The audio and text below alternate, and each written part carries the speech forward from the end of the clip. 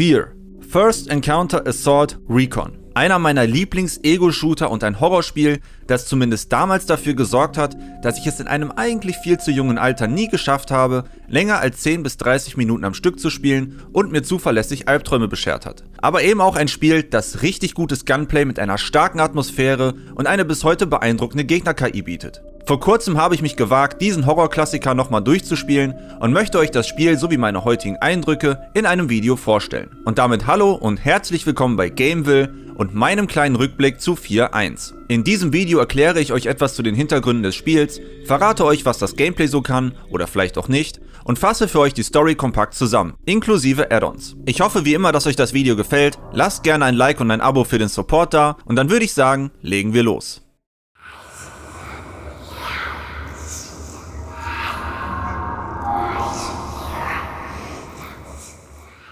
Kommen wir zunächst mal zu Monolith Productions selbst, die Entwickler dieses Spiels. Manche von euch kennen das Studio vielleicht, denn neben 4 sind sie auch für Titel wie No One Lives Forever, Condemned und natürlich das allseits bekannte Matrix Online verantwortlich gewesen. Ja, das existierte wirklich. Gegründet wurde das Studio im Oktober 1994 von Jason Hall und 5 anderen ehemaligen Admark-Entwicklern, was wiederum mal ein Studio gewesen ist, das sich auf Lernsoftware fokussierte. In den 90ern waren sie neben id Software auf damals gut aussehende 3D-Grafik spezialisiert. Ihre damalige Engine namens LiveTech sollte ursprünglich sogar als Basis für die Grafikschnittstelle DirectX dienen, die ja bis heute in Spielen zum Einsatz kommt. Eine Zusammenarbeit mit Microsoft kam allerdings nicht zustande. Nachdem sie das Spiel Shogo Mobile Armor Division rausbrachten, begann das Entwicklerteam bereits mit ersten Konzepten für ein Spiel, das in dieser Phase noch den Titel Signalis trug und später unter dem Namen 4 bekannt werden sollte. 4 wurde erstmals auf einer Vorveranstaltung zur E3 2004 angekündigt. Auf der E3 wurde ein erster Trailer gezeigt, der von Fachpresse und Publikum gleichermaßen positiv aufgenommen wurde und vor allem damals richtig hübsche Licht- und Schatteneffekte zeigte. Ziel des Teams war es, einen Ego-Shooter zu entwickeln, der sich zumindest spielerisch anfühlt wie ein Actionfilm, sollte aber auch einen starken Horroraspekt haben, um so einen etwas eigenen Genremix zu kreieren.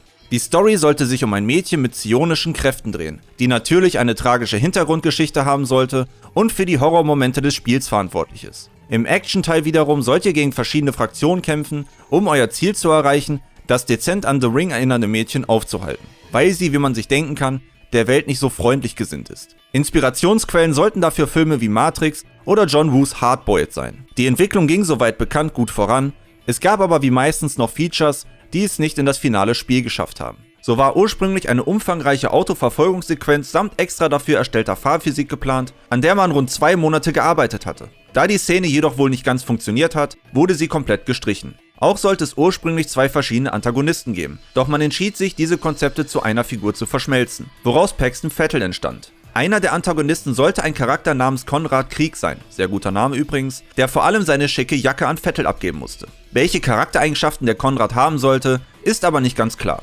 Außerdem solltet nicht nur ihr als Hauptcharakter besondere Fähigkeiten haben, sondern auch eure Verbündeten, die im finalen Spiel aber normale Leute sind. Im Großen und Ganzen ist das Spiel aber zu dem geworden, was sich die Entwickler vorgestellt hatten. 4 erschien schließlich am 18. Oktober 2005 für den PC und wurde von den Kritikern und Spielern sehr positiv aufgenommen. Gelobt wurden das Gameplay, die Gegner-KI und die Technik. Kritik gab es vor allem für die optisch abwechslungsarmen Level und den recht flachen Charakteren. 2006 folgten noch Versionen für die Xbox 360 und PS3, die sogar ein paar zusätzliche Inhalte hatten, wie einen Instant-Action-Modus, wo man eigene, je nach Version teils unterschiedliche Bonusmissionen mit exklusiven Waffen hatte. Im selben Jahr erschien noch der Multiplayer des Spiels als kostenlose Variante mit dem Namen 4 Combat, der kompatibel mit dem Multiplayer des eigentlichen Spiels war. Anschließend folgten noch die Erweiterungen Extraction Point und Perseus Mandate, die neue Kampagnen, Waffen und Bonusmissionen reinbrachten. Jedoch gelten diese nicht als Kanon und sind von einem anderen Team namens Timegate erstellt worden.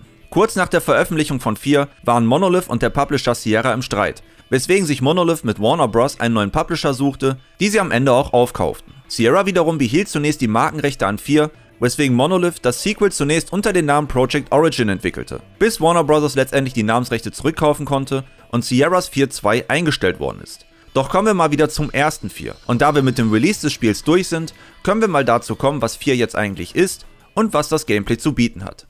Im Kern ist 4 wie erwähnt ein Ego-Shooter mit starken Horrorelementen.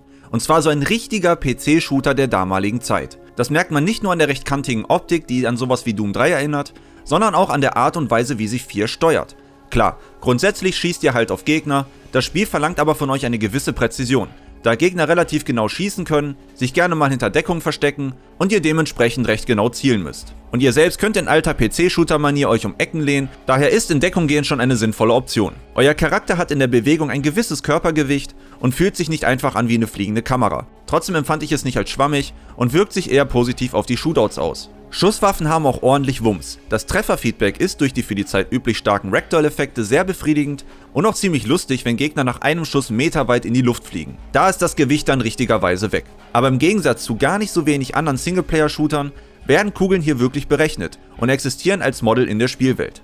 Dementsprechend könnt ihr auch Kugeln ausweichen und da gibt es ein Kernfeature, das euch dabei hilft. Nämlich die Bullet Time. Auf Knopfdruck könnt ihr einen temporären Zeitlupenmodus aktivieren, indem ihr dann in klassischer Matrix-Manier eure Gegner wegballern könnt. Und was da natürlich nicht fehlen darf, sind ein paar Skills für den Nahkampf. So könnt ihr Gegner aus der Luft heraus auf 2 verschiedene Arten wegkicken oder ihr könnt aus dem Ducken heraus einen Slide-Kick machen, der Gegner ebenfalls wortwörtlich ins Jenseits befördert. Das gibt dem Gunplay noch eine gewisse Würze, wodurch das Ballern richtig spaßig wird. Aber die Bullet Time ist gerade auf höheren Schwierigkeitsgraden recht wichtig zum Überleben. Denn während ihr am Anfang noch nicht so viele Probleme bekommt, zieht der Schwierigkeitsgrad mit neu dazukommenden Gegnertypen schon ein gutes Stück an und dann braucht ihr nicht nur jedes Medipack und Upgrade, das ihr finden könnt, sondern eben auch die Bullet Time. Klar kann man es auch ohne schaffen, aber ihr macht es euch damit unnötig schwer. Und da es keine Lebensregeneration gibt, seid ihr auf jeden Fall auf die begrenzten Medipacks angewiesen. Und an der Stelle sei gesagt, dass der Quicksave-Button auf jeden Fall euer bester Freund ist. Die Checkpoints sind nämlich nicht wirklich die besten. Im Laufe der Zeit findet ihr 2 Arten von Upgrades, mit dem ihr euer maximales Leben und eure Bullet Time erhöhen könnt. Die Upgrades sind mal mehr, mal weniger gut versteckt. Ein klein wenig die Levels zu erkunden macht aber schon Sinn. Rätsel gibt es jetzt in dem Spiel nicht wirklich, außer man sieht irgendwelche Knöpfe drücken, damit sich eine Tür öffnet, als Rätsel an. Spielerische Innovationen, wie es jetzt zum Beispiel ein Half-Life 2 gemacht hat, sollte man jetzt hier nicht erwarten, aber das ist gar nicht schlimm. In 4 geht es vor allem um das Gunplay und das macht sehr viel Bock. Was auch an dem echt tollen Waffenarsenal liegt. Neben Doppelpistolen, Maschinengewehren, einer ziemlich geil anfühlenden Schrotflinte, Gauss-Stoßgewehren oder Raketenwerfer gibt es in diesem Spiel eine der besten Waffen in einem Videospiel, nämlich den Penetrator. Damit schießt ihr dicke Bolzen raus, die Gegner an die Wand klatschen und festnageln können, was richtig befriedigend ist. Und dazu gehört sie zu den wenigen Waffen, die tatsächlich eine vernünftige Nachladeanimation hat. Meistens verschwinden die Waffen nämlich einfach. Wenn gelegentliche Munitionsknappheit kein Ding wäre, hätte ich eigentlich nur diese Waffe benutzt. Naja gut, und vielleicht noch die Schrotflinte. Habe ich schon erwähnt, wie toll sich die Schrotflinte anfühlt? Das Gunplay macht auf jeden Fall Spaß, wobei die übertriebenen Ragdoll-Effekte natürlich sehr helfen. In den Erweiterungen kommt dann noch sowas wie ein neues Sturmgewehr, Laserknarren oder eine Minigun dazu. Als Unterstützung habt ihr auch immer Granaten oder Minen dabei, in den Add-ons sind sogar kleine Geschütztürme dazugekommen.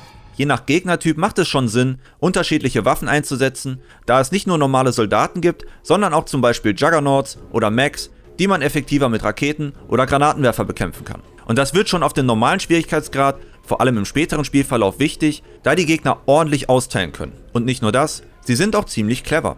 Man bekommt es vielleicht nicht immer so mit, aber die Gegner schießen nicht nur stumpf auf euch drauf, sondern versuchen auch mal taktische Entscheidungen zu treffen. So können sie versuchen, euch zu flankieren, stürmen euch, wenn ihr nachladet, oder haben je nach Situation passende Voice-Samples, mit denen sie ihren Teamkollegen sagen, wo ihr euch gerade befindet. Und sie fluchen sehr viel, was ich irgendwie echt lustig finde.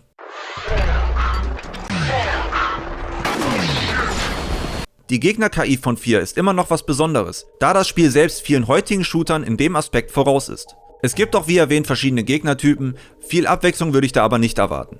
Neben den erwähnten Juggernauts und Mechs, die eher eine Besonderheit sind, kämpft ihr meistens gegen normale Soldaten in unterschiedlicher Ausführung. Manchmal sind es die sogenannten Replikas, an anderer Stelle dann normale Wachmänner. Es gibt 2 Gegnertypen, die mich aber etwas gestresst haben, nämlich die Assassinen und die Geister. Die Assassinen können sich unsichtbar machen und sind sehr schnell, was selbsterklärend stressig ist, und die Geister greifen euch massenweise in geskripteten Wellen an. Und dann gibt es noch eine andere Sache, die nicht sonderlich abwechslungsreich ist, nämlich das Leveldesign. In diesem Spiel habt ihr nämlich die ultimative Zusammenfassung der langweiligsten Settings in einem Videospiel. Nämlich graue Bürogebäude, graue Baustellen, graue Kanalisation, graue Warenhäuser, graue Labore, graue Metros, graue Gassen und natürlich nicht zu vergessen, graue Krankenhäuser. Also falls ihr ein großes Problem mit der Farbe Grau habt, seid ihr hier falsch. Das grundsätzliche Design der Level selbst, also was die Spielerführung angeht, ist jetzt nicht unbedingt schlecht und die Gefechte machen innerhalb der Strukturen schon Spaß, ist aber visuell eben sehr eintönig und kann dadurch auch manchmal verwirrend sein. Aber wenn doch mal ein paar Farben dazukommen oder zum Beispiel die Lichteffekte ihre Muskeln spielen lassen können, sieht es immer noch ziemlich cool aus und lässt mich die Zeit vermissen, wo noch solche Licht- und Schattenspielereien etwas Besonderes waren. Selbiges gilt für die Physikeffekte. In den Gefechten fliegen immer mal wieder Objekte umher und ich habe wahrscheinlich viel zu viel Zeit damit verbracht, gegen umherwackelnde Lampen zu schießen, weil ich das immer noch so befriedigend finde. Rein technisch sieht man dem Spiel natürlich die Zeit an, in der es erschienen ist, die Kantigkeit des Spiels ist schwer zu übersehen. Ich finde das aber irgendwie immer noch sympathisch und 4 bekommt dadurch einen klar einzuordnenden Look. Gerade die mehrmals erwähnten Licht- und Schatteneffekte kommen immer noch richtig gut rüber und tragen im Wesentlichen den Look des Spiels. Und dunkel ist hier vor allem auch dunkel, da ihr teilweise vor Schatten den Boden nicht sehen könnt. Da hilft dementsprechend eure Taschenlampe. Beziehungsweise das würde sie, wenn sie nicht gefühlt nach 2 Sekunden ausgehen würde.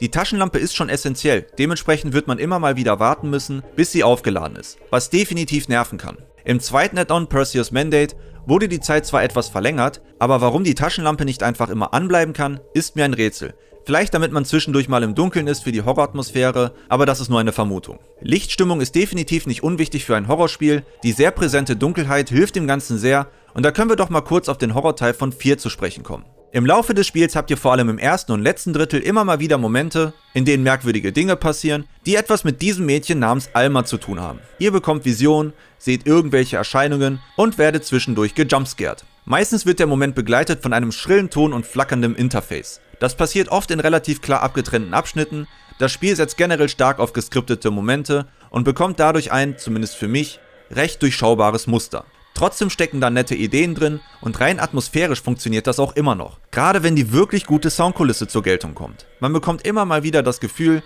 dass man von etwas beobachtet wird und irgendetwas einem immer auf den Fersen ist. Dazu hat es immer mal wieder coole Horrormomente. Leute, die das Spiel kennen, erinnern sich bestimmt noch an eine gewisse Stelle mit einer Leiter, bei der ich zumindest früher das Spiel sofort ausgemacht habe. Vor allem damals hatte ich wirklich Schiss vor dem Mädchen, um der sich ja quasi das ganze Spiel dreht. Und was es genau mit ihr auf sich hat und warum überhaupt diese ganzen merkwürdigen Dinge passieren, verrate ich euch jetzt im Storyteil. Ab hier möchte ich nochmal eine Spoilerwarnung aussprechen, denn ich fasse jetzt einmal die Handlung des Hauptspiels und den beiden Erweiterungen zusammen. Falls ihr es eventuell noch selbst erleben wollt, könnt ihr ja zum Fazit springen. Aber da würde ich sagen, fangen wir mal an mit der Handlung des Spiels.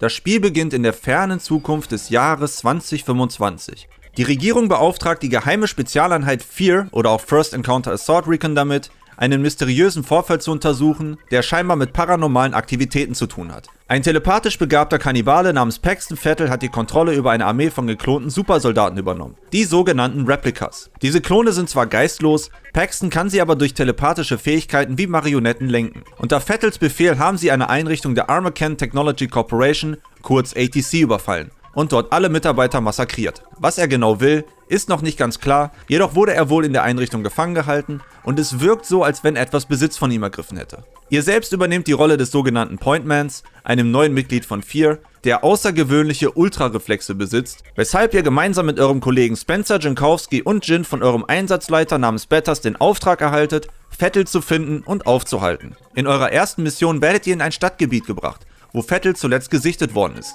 Hier geht es noch recht ruhig zu und ihr lauft in erster Linie durch ein verlassenes Gebäude, wo sich aber bereits erste Halluzinationen zeigen. Nachdem ihr eine Leiche entdeckt habt, schickt euch euer Team aufs Dach, wo ihr in einem gar nicht vorhersehbaren Überraschungsmoment ein Brett vom Kopf kriegt. Vettel steht vor euch und erzählt, dass es sich bei der Leiche um Charles Harbinger handelt. Zu dem kommen wir aber später nochmal. Dazu erzählt er, dass er sich nicht sicher ist, ob es seine Erinnerungen sind oder die einer anderen Person und spätestens hier merkt ihr, der Typ ist ein bisschen verrückt. Nachdem ihr wieder mehr bewegen könnt als nur eure Augen, ist Vettel bereits verschwunden und ihr stoßt zurück zu eurem Team. Kurz darauf bekommt ihr eine merkwürdige Vision, in der scheinbar ein Kind geboren wird und ein alter Mann komisch in der Ecke steht und rumzuckt. Viel könnt ihr euch aus dem Gezeigten aber nicht machen und geht zur nächsten Mission, um weiter nach Vettel zu suchen.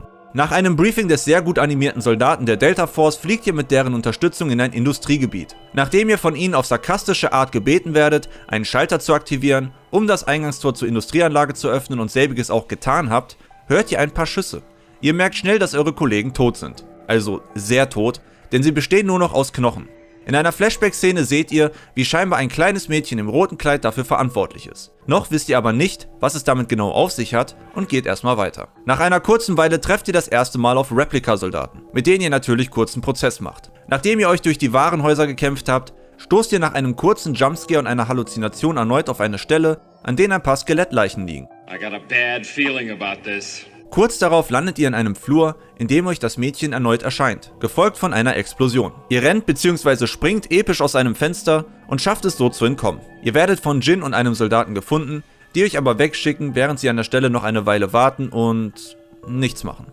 Naja, ihr geht jedenfalls weiter Richtung Kanalanlage, ballert euch durch die Replikas, bekommt ein paar ziemlich cool aussehende Visionen, in denen ihr euch scheinbar wieder in einer Krankenstation befindet und ballert euch dann erneut durch Replikas. Zu diesem Zeitpunkt ist die Struktur des Spiels etabliert. Um euch derartige Wiederholungen zu ersparen, kommen wir mal direkt zum nächsten Hauptstorypunkt. Jetzt wird sich erstmal eine Weile durch Lager und Kanalanlagen geballert. Immerhin haben wir mittlerweile die Penetrator gefunden, wodurch es zumindest erträglicher ist, dass wir uns durch eine Kanalisation bewegen müssen. Jankowski, euer Teammitglied, falls ihr das nicht bereits vergessen habt, gilt übrigens mittlerweile als verschwunden und taucht zumindest in lebendiger Form nicht mehr auf. Jedenfalls findet ihr auf eurem Weg immer mal wieder Nachrichten auf Anrufbeantwortern oder hackbaren Laptops, die euch weitere Informationen über die aktuelle Situation liefern. So findet ihr Hinweise auf ein geheimes Projekt namens Origin, das von der ATC geführt wird. Wie man sich schon vielleicht denken kann, hängen sowohl Vettel als auch das Mädchen mit dem Projekt zusammen, wo ihr mittlerweile auch den Vornamen erfahren habt: Alma.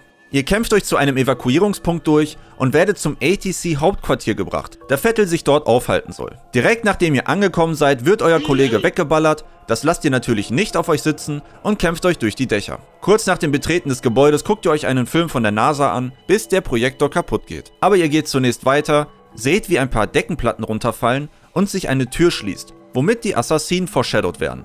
Yay! Es wird sich weiter durch die immer noch grauen Büros geballert. Moment, es gibt noch einen Raum mit einer roten Wand, das sollte man fairerweise noch erwähnen. Hier trefft ihr außerdem einen Charakter, der mich von seiner Rolle an eine gewisse Person aus Jurassic Park erinnert. Norton Mapes, ein Mitarbeiter der ATC und ganz klar jemand, dem man vertrauen kann. Ihr gebt Norton ein Gerät zum Kommunizieren und geht fürs Erste weiter, um für ihn die Sicherheitssysteme des ganzen Gebäudes abzuschalten. Ganz klar jemand, dem man vertrauen kann. Irgendwann kommt ihr in einer Art unfertigen Teil des Gebäudes an, wo ihr eine Tür entdeckt, hinter der es brennt. Aber natürlich ist es wieder eine Halluzination. Nachdem ihr genug halluziniert habt, trefft ihr wieder auf Jin und befindet euch in einem sehr blutigen, aber visuell cool aussehenden Raum. Zwischenzeitlich trefft ihr den gefesselten Aldous Bishop, welcher von Vettel gefoltert wurde, um herauszufinden, wo sich Harlan Wade aufhält, der Leiter von Project Origin. An Aldous selbst wurde aber noch eine Bombe befestigt, weswegen ihr das Delta Force Team dazu holen müsst, damit die Bombe auch entschärft werden kann. Anschließend schaltet sich der Feueralarm an, weswegen ihr erstmal nicht weiter könnt. Denn natürlich funktioniert plötzlich der Strom nicht mehr. Als Spezialist in Knöpfe drücken schaltet ihr den Strom wieder ein, werdet kurz von Alma besucht und da die Sicherheitstüren immer noch zu sind, versucht ihr es von oben und dürft mal einen Blick auf die schöne Stadt werfen. Schön hier. Ein paar Replika-Fights später sehen wir, wie Bishop und der Delta Force-Typ wegfliegen. Bishop wird aber von einem Sniper abgeschossen. Dafür ist die ATC verantwortlich, die sich damit jetzt mit euch offiziell im Krieg befindet, obwohl sie ursprünglich diejenigen waren, die euch um Unterstützung gebeten haben. Obwohl wir uns durch die Dächer kämpfen, schaffen wir es irgendwie trotzdem, in einer Art Kanalisation zu landen, wegen Abwechslung und so, aber eigentlich wollen wir ja nach oben.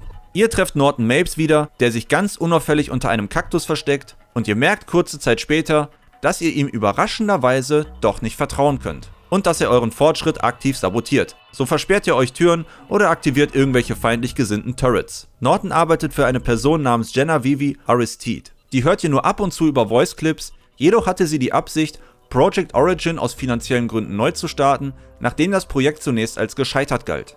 Zum Zeitpunkt des Spiels hat sie aber schon gemerkt, dass sie das knicken kann und versucht mit Norton nun die ganze Sache zu vertuschen. Nachdem ihr diesen unvorhersehbaren Verrat überwunden habt und dann noch zuseht, wie sich Norton versucht durch einen Schacht zu quetschen, trefft ihr das erste Mal auf einen Mech, den ihr aber selbstverständlich kaputt macht. Als Belohnung dürft ihr dann mit einem Turret rumschießen. Nach viel Geballer und einigen gedrückten Knöpfen trefft ihr auf eine Frau namens Alice Wade, Tochter von Harlan Wade, die sich noch im Gebäude aufhält. Ihr versucht sie nach draußen zu bringen, damit sie dort evakuiert werden kann. Jedoch verfolgt euch weiterhin Alma, die einen komischen Fokus auf Alice hat und euch erfolgreich voneinander trennt. Ihr macht euch auf die Suche nach Alice, seht aber bald, dass sie bereits beim Evakuierungspunkt ist, wo direkt mal der Helikopter explodiert und sie davonrennt, weil sie ja unbedingt ohne Waffen oder so ihren Vater finden muss. Und ist ja klar, dass wir da hinterherrennen müssen. Also wieder durch die Replikas und neuerdings Drohnen ballern, bis ihr es schafft zu entkommen. Da es beim Hauptquartier nichts mehr zu tun gibt und das Signal von Alice plötzlich in einem Industriegebiet auftaucht, macht ihr euch mit eurem Team auf den Weg dahin. Yay, wieder ein Industriegebiet.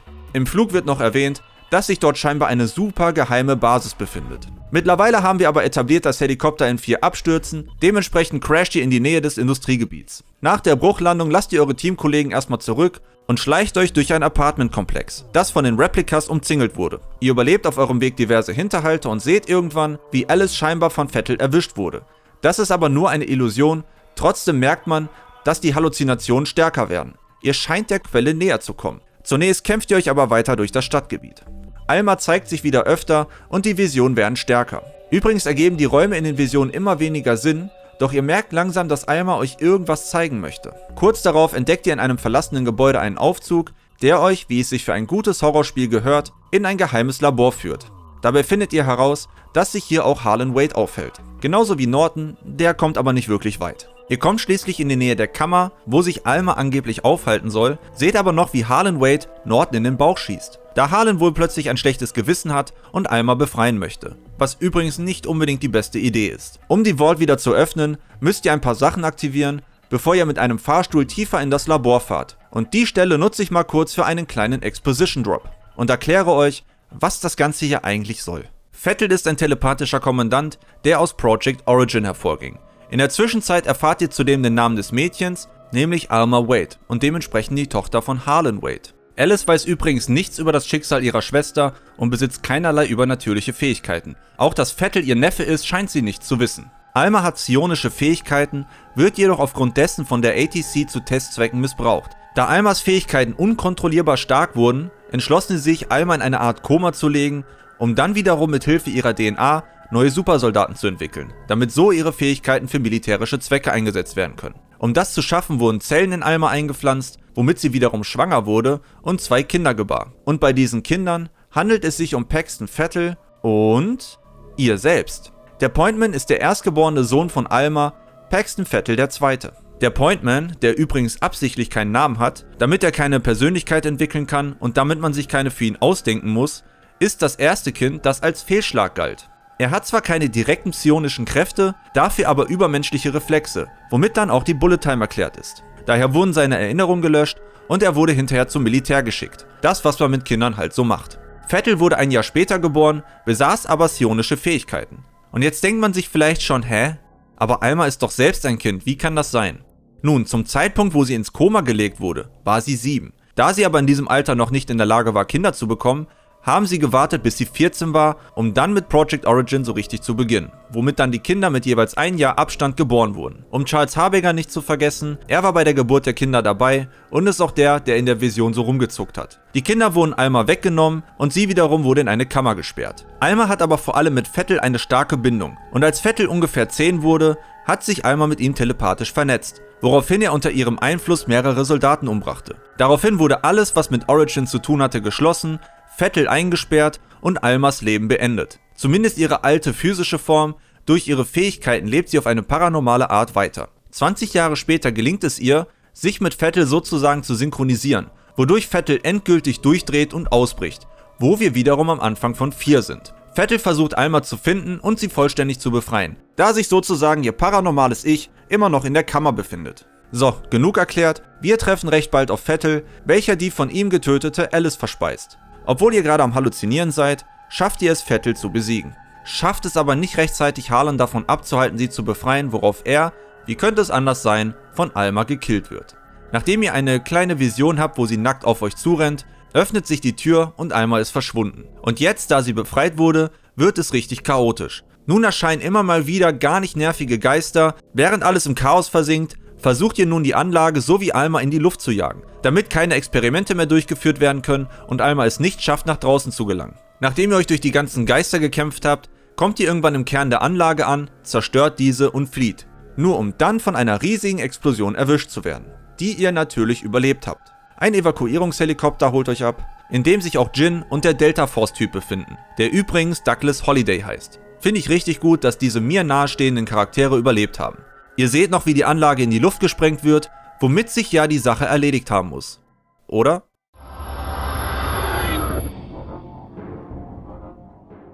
Zu diesem Zeitpunkt spaltet sich die Lore von 4. Denn der rechte Streit zwischen Sierra und Warner Bros. Hat ja dafür gesorgt, dass es jetzt 2 unterschiedliche Story-Fortsetzungen gibt. 4.2 ist zwar die eigentliche Fortsetzung und die Story-Erweiterungen gelten nicht als Kanon, trotzdem würde ich die gerne mal kurz zusammenfassen und dafür fangen wir natürlich an mit Extraction Point. Extraction Point setzt direkt nach dem Ende des Hauptspiels an. Der Rettungshubschrauber, mit dem ihr eigentlich entkommen seid, stürzt mitten in der Stadt ab. Ihr kommt so halb benommen zwischen Trümmern zu euch, Jin und Dr. Holiday haben überlebt, sind aber an einer für euch unerreichbaren Stelle, weswegen ihr erstmal alleine weitergeht und versucht aus der Stadt zu entkommen. Ihr erfahrt noch, dass ihr in Richtung Auburn Memorial Krankenhaus gehen sollt, da sich dort der Extraction Point befindet, wo ihr dann wiederum von einem anderen Helikopter abgeholt werden sollt, weil das ja beim letzten Mal schon so gut geklappt hat. Relativ schnell kommt ihr auf eine abgesperrte Straße, die euch zu einer Kirche führt. Auf dem Weg stehen überall regungslose Replikas rum, die ihr relativ einfach umstoßen könnt. Die Replikas wurden durch den definitiven Tod von Vettel abgestellt, wodurch der restliche Weg ja eigentlich kein Problem mehr sein sollte. Ihr betretet anschließend die Kirche und somehow Paxton Vettel returned. Zumindest seine nicht körperliche Form. Die Soldaten werden wieder zum Leben erweckt und ihr müsst euch nun durch die Kirche ballern. Davor seht ihr erstmal noch, wie ein paar Steine in ein schwarzes Loch gezogen werden, anschließend macht ihr euch auf den Weg. Und dieser Weg führt euch in den kirchenüblichen Weinkeller, wo ihr zunächst ein paar geistartige Erscheinungen seht, die euch später bestimmt nicht gefährlich werden. Dann werdet ihr kurz in eine Art Schattenwelt gezogen, wo ihr weitere Geisterscheinungen und ein entferntes blaues Licht seht. Nachdem ihr euch durch die Abtei gekämpft habt, erscheint wieder Alma. Sie setzt alles in Flammen, ihr rennt aus der Kirche raus und kämpft euch weiter Richtung Extraction Point. Nach einer Weile trefft ihr auf Holiday, mit dem ihr euch erneut durch irgendwelche Warenhäuser kämpft. Nach einer Abwehr von Geister- und Gegnerwellen stoßt ihr zu eurem Kumpel und geht für eine Weile zusammen weiter. Eine Sniper-Session auf der Baustelle später scheint Alma keinen Bock mehr auf Holiday zu haben. Sie nutzt ihre Kräfte, um ihm zunächst sämtliche Knochen zu brechen und dann explodieren zu lassen. Was ein Scheißtod. Wie dem auch sei, ihr macht euch weiter auf dem Weg zum Krankenhaus, müsst euch aber vorher durch ein U-Bahn-System ballern, wo euch die Kind-Version von Alma scheinbar hilft und Replikas ausschaltet. Und hier haben wir einen kleinen Unterschied in ihrer Persönlichkeit im Gegensatz zu dem, wie Monolith es geplant hatte, denn ihre Persönlichkeit ist hier zweigeteilt. Einmal die kindliche, beschützende Form und eine erwachsene Form, die alles brennen sehen will. Allen voran möchte Alma sich wieder mit euch vereinen, auch wenn sie euch offensichtlich umbringen könnte. In einer Vision seht ihr noch den vergessenen Jankowski, wie er als Zombie auf Jin zuläuft. Und als wenn das nicht schon genug Horror wäre, taucht in der Metro plötzlich Norton auf, der seinen Bauchschuss scheinbar überlebt hat. Mit eurer neu erworbenen Minigun kämpft ihr euch durch den Rest der Metro. Die Replikas legen übrigens Sprengfallen im U-Bahn-Tunnel, um euch aufzuhalten. Und eine erwischt euch beim Ausgang so, dass ihr in einem anliegenden Parkhaus landet, das zufälligerweise am Krankenhaus anschließt. Nach einem kleinen und gar nicht stressigen Bosskampf mit einem Hind D geht ihr weiter in Richtung Krankenhaus. Vorher müsst ihr aber noch durch die Parkgarage, in der gefühlt Dutzende Gegner warten. Jin ist ebenfalls im Krankenhaus und ihr versucht euch zu treffen. Sie meldet sich nach einer Weile wieder per Funk und klingt plötzlich ziemlich pessimistisch, ob sie das Ganze hier überlebt. Sie geht davon aus, dass ihr nicht mehr kommen werdet. Aber natürlich versucht ihr sie zu erreichen und kämpft euch durch das vertikal aufgebaute Gebäude. Einen Moment später seht ihr ein komisches blaues Feld, das euch scheinbar in eine andere Version desselben Raumes bringt. Und ihr seht kurz darauf im Dunkeln 3 fliegende Gestalten, welche die tot auf dem Boden liegende Jin umkreisen. Übrigens visuell eine sehr coole Szene. Alma scheint euch irgendwie psychisch fertig machen zu wollen, aber ihr kämpft euch weiter in Richtung Krankenhausdach, wo ihr aber vorher nochmal so richtig gegruselt werden sollt. Ab hier passiert nur noch merkwürdiger Kram. Und spätestens wenn Räume anfangen keinen Sinn mehr zu ergeben, wisst ihr, dass Alma ziemlich nah an euch dran ist. Irgendwann erreicht ihr eine Leichenhalle, plötzlich fährt sich eine der Liegen aus, auf der sich die erwachsene Alma befindet. Ihr werdet sofort in ihre Höllendimension gebeamt, irgendwann fallt ihr ganz lange ins Nichts und landet am Ende in einer Art Asylum. Und hier wirkt es so, als wenn Alma euch direkt in einen Albtraum geschickt hat. Blutige Räume, verrückt gewordene Charaktere der vergangenen Ereignisse, Wände, die näher kommen, hier geht es nochmal richtig ab. Alma erscheint vor euch, zeigt, dass sie Wände verschieben kann und ihr seht eine Szene, in der es so aussieht, als wenn sich Kind Alma und erwachsene Alma vereinen. Ihr kommt wieder in der Realität an und bewegt euch weiter Richtung Krankenhausdach. Hier habt ihr dann nochmal einen finalen Showdown mit den Replikas, wo ihr dann nochmal all euer Arsenal auspacken könnt. Am Ende kommt der Helikopter, um euch abzuholen und der Helikopter wird in die Luft gesprengt, wer hätte das gedacht? Ihr klatscht gegen die Wand, kommt zu euch und schaut nochmal auf die kaputte Stadt, während parallel die Credits laufen.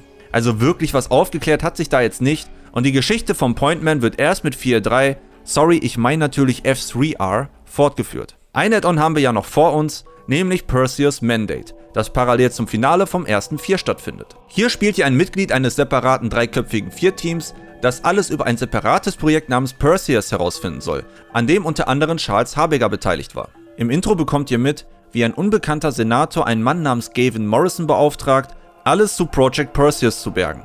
Ihr startet zunächst bei einem Kanalabfluss, wo bereits der Kampf stattfindet. Nach ein wenig Geballer werdet ihr in ein Gebäude reingelockt, wo es gar nicht nach einer Falle aussieht, und werdet von eurem Team getrennt, als eine Explosion dafür sorgt, dass Trümmer den Eingang versperren.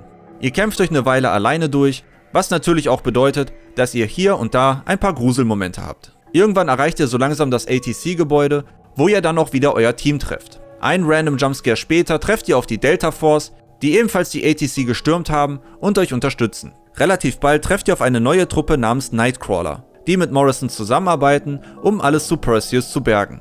Die sind nochmal ein ganzes Stück gefährlicher, was man auch an deren cooleren Stimme merkt, und besitzen ähnliche Reflexe wie der Point Man. Selbiges gilt aber auch für euch, aus irgendwelchen Gründen habt ihr die gleichen Reflexe, obwohl ihr nur irgendein Typ seid. Auf eurem Weg findet ihr heraus, dass sie auf der Suche nach der sogenannten Quelle sind, was wie sich herausstellt Vettels DNA ist. Außerdem findet ihr heraus, dass es 3 Einrichtungen gibt, die mit der ganzen Sache zusammenhängen. Einmal ein Biolabor, wo sich Vettels DNA befindet, eine Klonfabrik, wo die Replikas hergestellt werden, und dann noch der Ort, an dem Project Origin stattfindet. Da wir uns ja im offenen Krieg mit der ATC und den Nightcrawlern befinden, bekommt das 4-Team und die Delta Force den Auftrag, Vettels DNA zu finden und dafür die ATC-Anlage zu stürmen.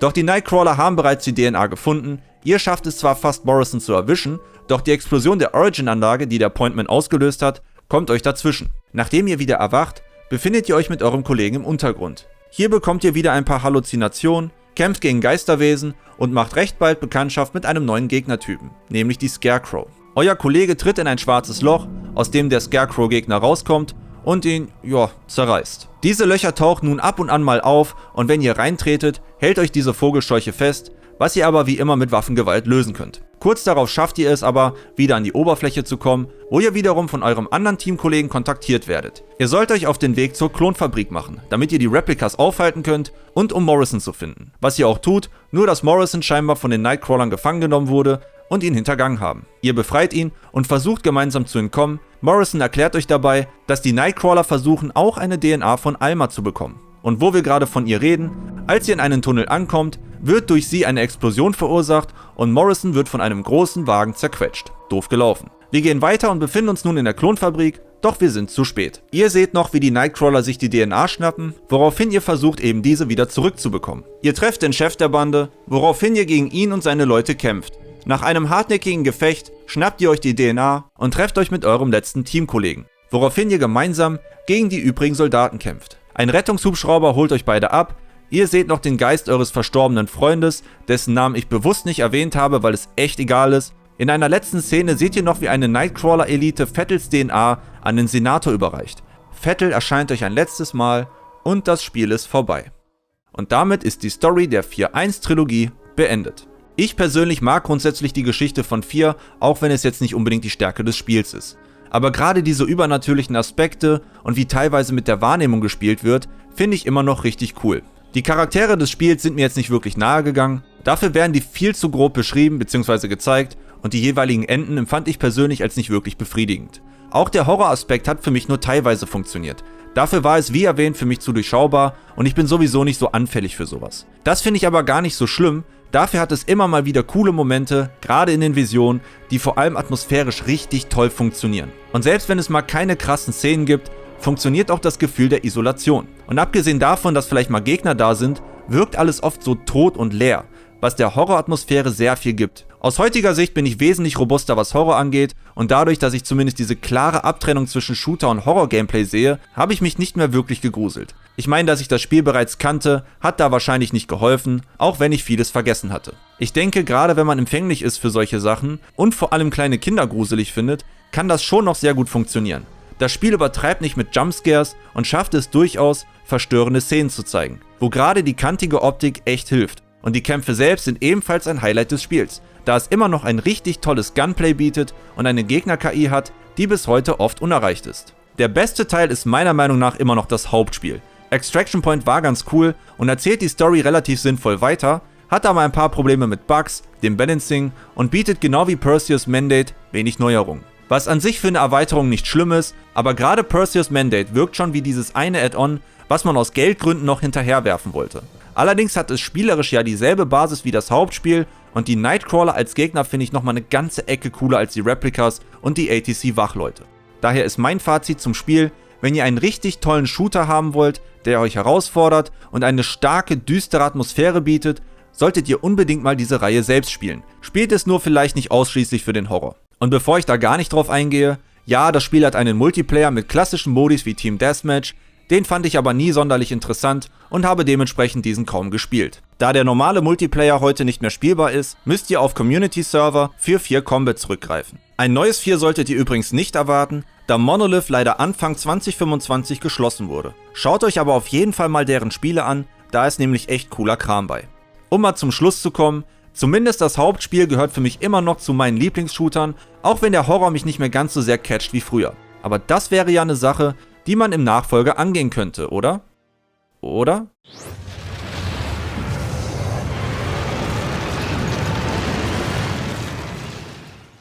Ich möchte mich jedenfalls jetzt bei allen bedanken, die sich das Video bis zum Schluss angeschaut haben. Sagt mir gerne, was ihr von dieser Reihe haltet oder ob ich vielleicht etwas ausgelassen habe, was ihr vielleicht noch erwähnen wollt oder wie euch das Video generell gefallen hat. Und wenn es euch gefallen hat, könnt ihr gerne ein Like sowie ein Abo dalassen, um den Kanal zu unterstützen. Vielen lieben Dank. Auf meinem Kanal findet ihr noch weitere Rückblicke, Trivia-Videos und mehr. Schaut gerne mal vorbei, das würde mich wirklich freuen.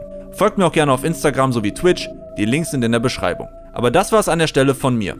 Vielen lieben Dank fürs Zusehen, habt einen wunderschönen Tag, macht's gut und auf Wiedersehen. Ciao, ciao.